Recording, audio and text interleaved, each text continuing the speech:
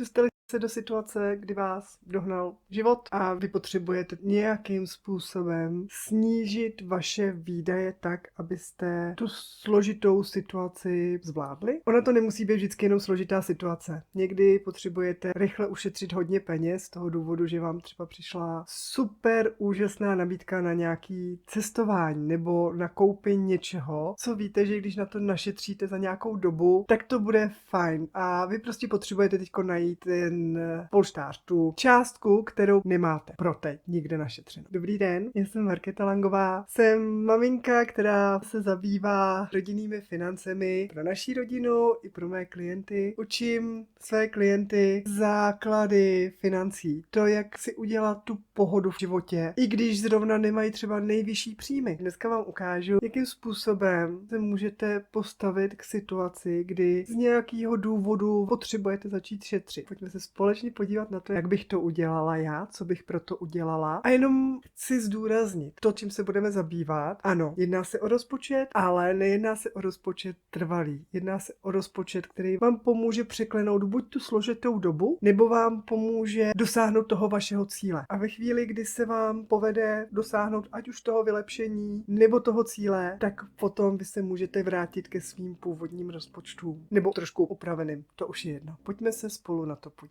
Tady jsem si pro vás připravila přehled našich běžných výdajů v rámci jednoho měsíce. Vidíte, že tady mám několik položek, kterými se zabývám a řeším v rámci toho dočasného rozpočtu, co s každou tou položkou potřebuji udělat. Protože pokud řeším situaci, kdy jsem se dostala do nějakých problémů nebo v nějaký relativně krátké době potřebuji ušetřit hodně peněz, tak tomu musím uspůsobit celkem hodně. Musím ten rozpočet dotáhnout až na dřeň, musím ho hodně rozpitvat a musím fakt pořešit, co s každou tou položkou udělat. Řeším 3 možnosti. Buď to tu položku nechám tak, jak je, vůbec s ní nebudu hejbat, případně ji zruším jako takovou, úplně celou, nebo ji snížím. A tam samozřejmě je diskutabilní, na jakou úroveň ji mohu snížit. Já jsem si tady připravila ty jednotlivé částky, kterými máme, zároveň jsem si k ním připravila hodnoty, které v tuto chvíli za ty dané položky vydáváme a podíváme se na každou tu položku zvlášť. Co se týče fondu oprav, já s tím nemůžu vůbec nic udělat, protože ten je předepsaný předpis, to je něco, co musím ponechat ve stávající výši. Stejně tak se sypem. Já samozřejmě můžu řešit, že snížím zálohy na elektřinu, že si snížím zálohy na plyn, ale vím, že následně mě ta situace dožene. Já sice teď můžu na pár měsíců si snížit ty zálohy, ale později budu muset ten doplatek mít mnohem vyšší. Co se týče pohonných hmot, tak ve chvíli, kdy jsem fakt v situaci, kdy hledám každou korunu, tak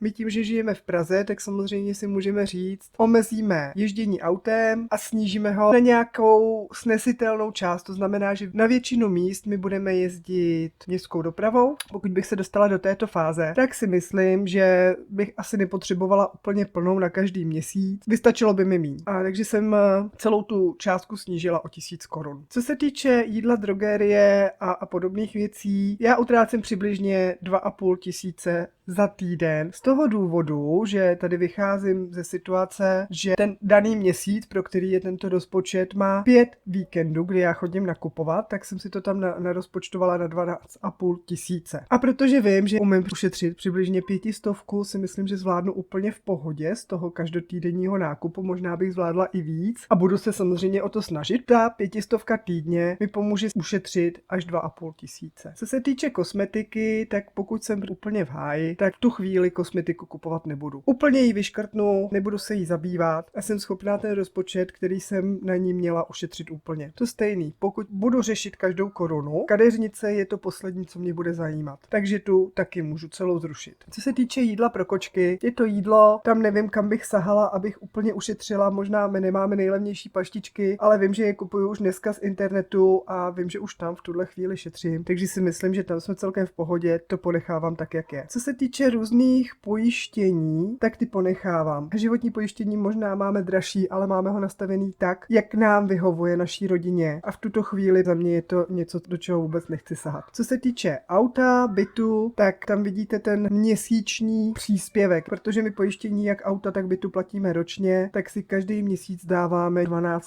stranou a to samozřejmě chci taky nechat. Nechci se dostat do situace, kdy přijde chvíle, kdy já já budu muset zaplatit ta daná pojištění a nebudu na ně mít peníze připravený. Takže to chci ponechat. Co se týče telefonu, tohle je dvakrát telefon za mě i za partnera. Ano, můžu samozřejmě řešit, že se dá možná najít levnější nabídka. Já nevím, já jsem to nikdy nezjišťovala extra. Nám to, jak máme nastavený telefon a platby za něj vyhovuje, takže tím se teď v tuhle chvíli nechci zabývat. Ale pravdou je, že kdybych moc chtěla, tak možná dokážu tu položku snížit. Ale pro teď to nechávám. Co se týče dalších položek, tak vidíte, že tady máme internet, je to domácí internet a v případě, že bych řešila fakt každou korunu, tak já bych domácí internet mohla zrušit minimálně na pár měsíců. Z toho důvodu, že my oba dva máme právě v telefonu mobilní data, takže tam nemusíme vůbec řešit, že se na internet nedostaneme, jenom by to nebyl ten komfort té Wi-Fi, který v tuhle chvíli my máme zaplacený.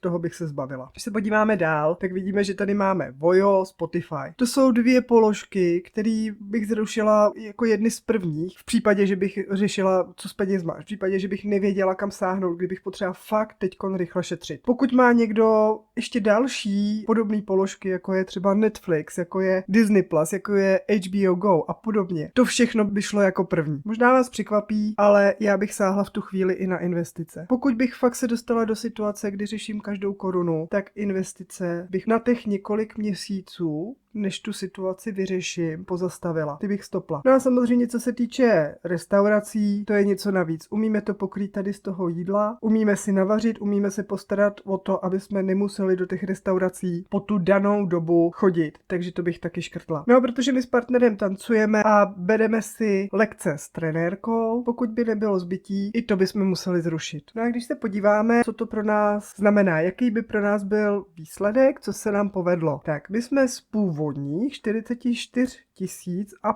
přibližně dokázali snížit ty naše výdaje na 27 050 korun. To znamená, že my jsme ušetřili jenom tímhletím celkem drastickým zásahem 17 380 korun, což je 39, skoro 40% my jsme dokázali ušetřit z původních výdajů v případě, že nás situace k něčemu podobnému dohnala. Dneska jsme společně prošli tím, jakým způsobem já bych doporučila komukoliv, kdo se dostane do nějaké složité situace, kdy prostě peníze opravdu došly, případně vám se snížil jakýmkoliv způsobem příjem, nebo jste nemocný, nebo cokoliv, prostě potřebujete něco vyřešit, nebo na něco potřebujete rychle ušetřit, a ty peníze potřebujete prostě někde najít, tak jsme si ukázali, jak na dočasný rozpočet. Je to věc, která vám pomůže překlenout tu složitou dobu, vám pomůže případně dosáhnout toho daného cíle, který vy jste si vytyčili. Není to nic, co by mělo být tady s váma do navěky. Je to něco, co by tady s váma mělo být jenom po tu dobu, kdy vy řešíte ať už tu situaci nebo to dosažení toho daného cíle. Já doufám, že toto video vás inspirovalo, případně vám odpovědělo nějaké otázky. Pokud